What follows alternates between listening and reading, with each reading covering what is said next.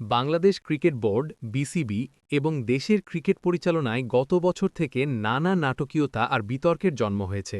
Cricket অঙ্গনের বড় অংশই মনে করছে দীর্ঘমেয়াদী কাঠামোগত পরিকল্পনার অভাব, স্বচ্ছ নির্বাচনের অভাব ও রাজনৈতিক হস্তক্ষেপ দিন দিন হলেও বিসিবি যেন ভিন্ন পথে যাচ্ছে না।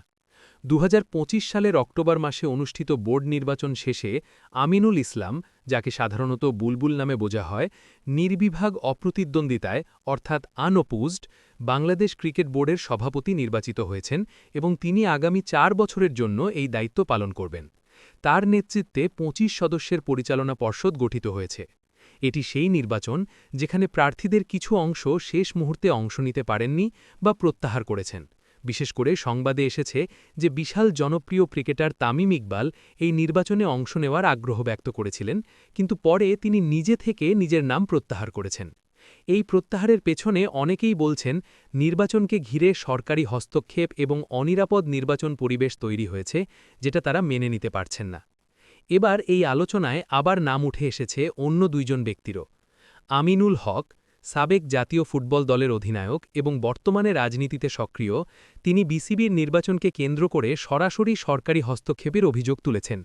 তিনি বলছেন, নির্বাচনে সরকার বিশেষ করে রাজনীতিক চাপ প্রয়োগ করেছে এবং বিসিবিকে রাজনৈতিক নিয়ন্ত্রণে নেওয়া হচ্ছে, যা ক্রিকেটের স্বার্থের বিপরীত। আরেকজন যার নামও উঠেছে আলোচনায় হল ইশরাক হোসেন, সাবেক ক্রীড়া সংগঠক সাদেক হোসেন খোকার ছেলে এবং দলের রাজনীতির অঙ্গনে ক্রীড়া সংগঠক হিসেবে ক্রিকেট বোর্ড নির্বাচনে প্রার্থী অথবা পরিচালকের সম্ভাব্য নাম হিসেবে শোনা গেছে। যদিও এখনও সে সম্পর্কে স্পষ্ট কোনো সরকারি বা নির্বাচনী তথ্য বের হয়নি, রাজনৈতিক অঙ্গনে এবং ক্লাব পর্যায়ে তার উপস্থিতি ও সমর্থন নিয়ে ক্রীড়া অঙ্গনে আলোচনা হচ্ছে। বর্তমান ক্রিকেট অঙ্গনের সবচেয়ে বড় সমস্যাগুলো হল: ১. নির্বাচনের স্বচ্ছতার অভাব। বিসিবি নির্বাচনকে নিয়ে বিতর্কের মাঝেই ভিন্ন ভিন্ন দলের অভিযোগ উঠেছে যে নির্বাচন প্রক্রিয়া পার্শিয়ালি কন্ডাক্টেড হচ্ছে এবং পরিপূর্ণভাবে স্বচ্ছ ধাঁচে ভোটাভুটি হচ্ছে না। তামিম ইকবাল সহ অনেকেই নির্বাচন থেকে সরিয়ে নেওয়া বা নির্বাচনে অংশ না করতে বাধ্য করা হয়েছে। ২. রাজনৈতিক চাপ ও হস্তক্ষেপ। খেলার সংগঠনকে যদি রাজনৈতিক চাপ দিয়ে পরিচালিত করা হয়, তাহলে সেটা বহুবার ক্রিকেট অঙ্গনের বিশৃঙ্খলা, পরিকল্পনার অভাব এবং দীর্ঘমেয়াদী উন্নয়ন পরিকল্পনার ব্যাহত হওয়ার ব্যাপারে উদ্বেগ সৃষ্টি করেছে। ৩. দীর্ঘমেয়াদী পরিকল্পনার অভাব। ক্রিকেট শুধু একাদশে খেলোয়াড়দের দক্ষতার উপর নির্ভর করে না। যৌথ প্রশিক্ষণ, উন্নয়ন, স্থানীয় লীগ, যুব এগিয়ে নেওয়া, কোচিং ব্যবস্থা, প্রশাসনিক স্থিতিশীলতা, এগুলো সবাই মিলে একটি দেশের ক্রিকেটকে ধারাবাহিক উন্নতির দিকে নিয়ে আসে।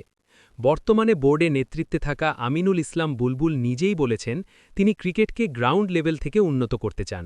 কিন্তু অভিজ্ঞতা বলছে একটি সংগঠককে শুধু ভালো উদ্দেশ্য থাকলেই সবকিছু ঠিক হয় না, কিন্তু স্বচ্ছতা, দায়িত্বশীলতা এবং পরিকল্পনার ধারাবাহিকতা থাকলে দীর্ঘমেয়াদে ক্রিকেট আরও শক্তিশালী হতে পারে।